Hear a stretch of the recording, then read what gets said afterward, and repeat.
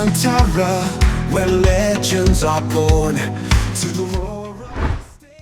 Sejak awal persaingan soal pemain keturunan, Indonesia dan Malaysia sudah sangat panas akan persaingan emosi, gengsi, dan juga prestasi. Perbandingan antar pemain selalu jadi ciri khas rivalitas dua negara serumpun ini. Dan hingga kini masih belum usai. Meski Malaysia secara garis besar memang sudah kalah dengan Indonesia dari segi kualitas pemain, namun Harimau Malaya juga pada akhirnya ikut-ikutan untuk bisa bersaing. Namun saat sudah punya pemain keturunan yang berkualitas, bahkan main di La Liga dan liga-liga Eropa lain, justru kini menjadi kontroversi besar. Semua bermula soal garis keturunan yang tidak transparan, seakan menjadi bom waktu, dan kini mulai meledak saat sang pemain sendiri yang mengakui. Sementara Indonesia justru mendapatkan pemain keturunan baru terus yang eligible dan terjamin sesuai dengan peraturan FIFA. Bahkan PSSI mulai membocorkan kapan proses itu akan selesai. Meliano Jonathans dan Mauro Ziustra yang sudah sangat transparan akan segera melakukan debutnya. Dan berikut ini persaingan gengsi dan ambisi timnas Indonesia versus Malaysia yang punya misi sama tapi hasil yang berbeda. Our journey ascends, red and white, the colors we bleed, for glory, for honor, we will lead to the world. Saat awal maraknya pemain keturunan, Indonesia adalah tim yang memulai nomor 1 di Asia Tenggara, menjadi pelopor terkuat perkembangan sepak bola Asia Tenggara. Sesuatu yang kemudian banyak dikritik dan hujatan, terkhusus dari negeri jiran Malaysia yang kala itu masih alergi terhadap pemain keturunan. Sebab, sebagian besar skuad Garuda diisi oleh pemain diaspora, sedangkan Malaysia belum mengikuti, makanya alergi. Bahkan ketika itu, banyak warganet di sana yang mempertanyakan keturunan pemain Indonesia, seperti Marten Pas dan Ole Romeni yang berambut pirang. Tapi kok bisa bela Garuda? Padahal PSSI telah terang-terangan jika keduanya merupakan pemain keturunan dengan status hanya nenek mereka lahir di Indonesia. Dan ini secara status FIFA masih masuk dan bisa untuk diproses membela timnas Indonesia. Kini di tahun 2025, pada akhirnya Malaysia justru meniru langkah Garuda secara blak-blakan, secara plek-ketiplek. Setelah sebelumnya hanya bisa melakukan naturalisasi lewat jalur liga lokal, di mana mereka memproses setidaknya 9 pemain keturunan yang lahir di Amerika Utara hingga Eropa. Pemain ini merumput di klub Eropa, bahkan ada yang di kasta tertinggi, seperti di La Liga Spanyol ada Facundo Garces. Dan telah melakukan debut pertamanya saat FIFA Matchday bulan Maret lalu, tepatnya saat menghajar Vietnam di kualifikasi Piala Asia. Setelah laga itu usai, media Vietnam sendiri sempat ribut dan mempertanyakan keturunan dari para pemain baru Malaysia yang kurang transparan. Namun ketika itu, klarifikasi dari Federasi Malaysia menyebut telah menyelesaikan semua persyaratan dari FIFA. Kontroversi sempat meredam, walaupun belum ada kepastian siapa bibit bobot 9 pemain keturunan Harimau Malaya. Akan tetapi, siapa sangka, kini klarifikasi FAM yang kurang lengkap justru menjadi bom waktu yang meledak. Saat sang pemain sendiri membeberkan soal darah keturunannya, hal itu dilakukan oleh pemain Deportivo Alavés Facundo Garces, yang mengaku kepada media Spanyol memiliki darah Malaysia dari sang kakek buyut atau generasi keempat. Padahal jika sesuai regulasi FIFA, batas maksimal pemain yang ingin dinaturalisasi hanya berasal dari generasi 3 atau kakek dan nenek.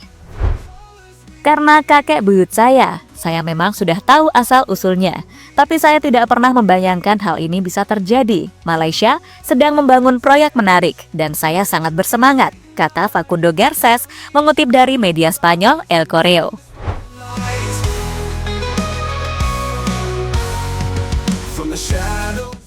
Kontroversi ini menjadi titik balik bagi netizen Indonesia untuk menyerang Malaysia.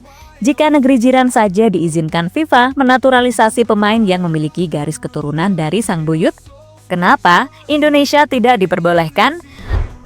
Pada tahun lalu, Indonesia ingin menaturalisasi winger top Aus, Maures Mohinoke, bahkan sudah melakukan debut di laga uji coba tim kelompok umur. Namun semua gagal karena FIFA melarang pemain keturunan generasi keempat. Dan ini baru satu pemain saja yang mengaku soal asal-usulnya. Bagaimana jika 8 pemain keturunan Malaysia lain juga ikut bersuara secara transparan soal garis keturunan? Bisa-bisa terkuak semua itu, Dek Malai. Satu yang pasti, fair play dan sportivitas wajib digalakan dalam sepak bola. PSSI saja sangat hati-hati dalam menaturalisasi pemain. Ketua Umum PSSI Erick Thohir menunda proses naturalisasi ex-gelandang Crystal Palace, Jairo Redwood. Ditengarai proses naturalisasi ditunda karena Jairo Redwood sudah memegang 3 caps bersama timnas Belanda. Karena itu, menarik menanti keabsahan Facundo Garces. Apakah bek La Liga ini sah bisa membela timnas Malaysia atau ada kecurangan yang dilakukan FAM? The colors we bleed, for glory, for honor, we will lead to the world's grand stage. Jika Federasi Sepak Bola Malaysia terbukti menyalahi aturan proses naturalisasi Facundo Garces, apakah FIFA akan menjatuhkan hukuman kepada mereka? Sejauh ini belum diketahui secara pasti apa hukuman yang diberikan kepada negara yang melakukan kecurangan pada proses naturalisasi pemain. Namun jika melihat rumor 6 poin sanksi FIFA untuk Malaysia jika beneran terbukti, mungkin yang pertama, timnas Malaysia harus didiskualifikasi dari semua kompetisi pertandingan internasional yang digelar FIFA dan AFC hingga 2027. Mulai dari kualifikasi Piala Dunia 2026, Piala Asia 2027, dan Piala AFF 2026. Kedua, semua hasil pertandingan yang di dalamnya melibatkan pemain naturalisasi atau pemain keturunan yang ilegal dibatalkan. Ketiga, Malaysia dijatuhkan denda sebesar 2 juta US dollar atau setara dengan 30 miliar rupiah kepada Asosiasi Sepak Bola Malaysia. Keempat, Malaysia juga dilarang melakukan perekrutan pemain keturunan selama 5 tahun, kecuali melalui proses verifikasi ganda yang sudah disahkan atau ditetapkan oleh FIFA. Dan terakhir, FIFA serta AFC bisa meminta Malaysia melakukan audit ulang data seluruh pemain yang tergabung di timnas Malaysia, termasuk dalam struktur organisasi FAM. Presiden FAM Hamidin Moh Amin harus diberhentikan secara tidak hormat, termasuk beberapa petinggi FAM. The colors we bleed, for glory, for honor, we will lead. Sementara saat Malaysia masih belum tuntas soal kontroversi pemain keturunan, Indonesia justru terus digempur kabar positif soal pemain keturunan juga, di mana proses Miliano Jonathans dan Mauro Zylstra berjalan mulus.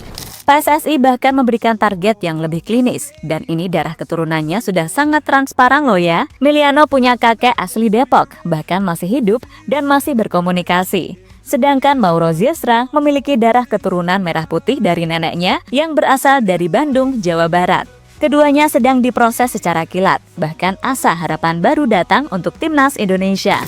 Miliano Jonathans diharapkan bisa memperkuat skuad Garuda saat menghadapi Kuwait dan Lebanon dalam laga uji coba internasional di Surabaya September mendatang. Hal ini disampaikan langsung Ketum PSSI Erick Thohir yang membocorkan proses Miliano bersama dengan Mauro, meski dimulainya lebih dulu Mauro, dan memang Mauro Zylstra akan lebih dulu dipakai pada timnas U23, sedangkan Miliano untuk urusan urgen timnas senior. Maka secara waktu dikejar secepat mungkin. Terima kasih kepada Pak Menpora, kan beliau menjanjikan prosesnya keluar minggu depan, biasanya dari Menpora ke Menkum nanti ke Pak Presiden melalui Mensesnek, baru ke DPR. Ya, jadi kita juga sedang mengejar Miliano Jonathans bisa memperkuat tim nasional di bulan September ini. Ya, jangan sampai dia baru main Oktober. Ini yang kita lagi coba mati-matian, sudah diproses sebelumnya. Coach Patrick, Coach Gerla, Coach Frank, Coach Nova, sekarang kan sudah menjadi satu tim besar.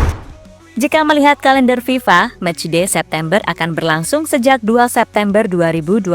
Itu artinya, di bulan itu juga pemain harus memang memegang paspor Indonesia. Dan kalau ditarik garis lurus, itu artinya Miliano Jonathans akan menyelesaikan proses naturalisasi secara keseluruhan setidaknya pada akhir Agustus ini. Kemungkinannya winger FC Utrecht ini bakalan melakukan sumpah WNI di Belanda, sebab ada jadwal padat di tengah kompetisi yang sedang berlangsung. Setelah mendapatkan KTP Indonesia, ia baru bisa didaftarkan sebagai pemain tim nasional Indonesia untuk menghadapi Kuwait dan Lebanon. Dengan digelarnya 2 pertandingan ini, PSSI berharap chemistry dan kualitas permainan timnas semakin solid, terutama dengan hadirnya nama-nama baru tadi. Uji coba ini akan menjadi ajang pemanasan penting bagi pasukan Patrick Kluivert sebelum bertempur di ronde keempat kualifikasi Piala Dunia 2026 yang digelar pada Oktober 2025 mendatang. Selain Miliano dan Mauro, sejatinya PSSI juga menyebut masih ada satu nama lagi yang sedang diproses untuk persiapan round keempat kualifikasi Piala Dunia. Entah Dean Zellweger, Lauren Ulrich, atau Adrian Wibowo. Akan tetapi, masih belum diungkap secara gamblang karena masih terus digali lebih lanjut soal garis keturunan dan dokumen-dokumen yang dibutuhkan agar tidak terulang kejadian pembatalan seperti Jero Redwood atau bahkan jadi kontroversi yang berkemungkinan di-banned FIFA seperti Malaysia. Fenomena ini menggambarkan bagaimana keadilan FIFA nantinya akan ditaruhkan. Apakah Malaysia akan disanksi atau tidak? Indonesia sendiri yang disebut-sebut anak kesayangan FIFA juga terkadang masih tersandung aturan. Erick Thohir juga mengaku jika dalam dunia sepak bola tidak ada yang namanya anak kesayangan FIFA. Enggak lah, FIFA sebagai pimpinan federasi dunia memberikan kesempatan yang sama kepada semua member. Tinggal membernya serius nggak mempersiapkan timnya dan programnya. Itu. Pada intinya, kisah rivalitas Indonesia dan Malaysia soal pemain keturunan ini kembali membuka mata kita semua bahwa dalam sepak bola tidak cukup hanya mengejar prestasi dengan jalan pintas, tapi harus jujur, transparan, dan sesuai aturan FIFA. Malaysia yang dulu menuduh Indonesia main curang dengan pemain diaspora, kini justru tersandung oleh fitnahnya sendiri. Sementara Indonesia, perlahan tapi pasti, terus memanen kepercayaan dari FIFA berkat ketelitian dan kehati-hatian dalam setiap proses naturalisasi. Miliano Jonathans dan Mauro Ziestra menjadi bukti nyata bahwa Garuda tidak hanya mengandalkan semangat, tetapi juga menyiapkan fondasi yang kuat dan sah di mata hukum sepak bola dunia. Apalagi sumpah WNI Miliano yang sebentar lagi bocor ke publik bisa jadi simbol bahwa Indonesia memang kesayangan FIFA. Kini tinggal menunggu apakah Malaysia akan mampu keluar dari pusaran kontroversinya atau justru dibekukan FIFA sebagai karma dari fitnah yang dulu mereka hembuskan. Yang jelas, Garuda semakin terbang tinggi, sementara Harimau Malaya tampak kepayahan di tengah kabut regulasi yang mereka buat sendiri.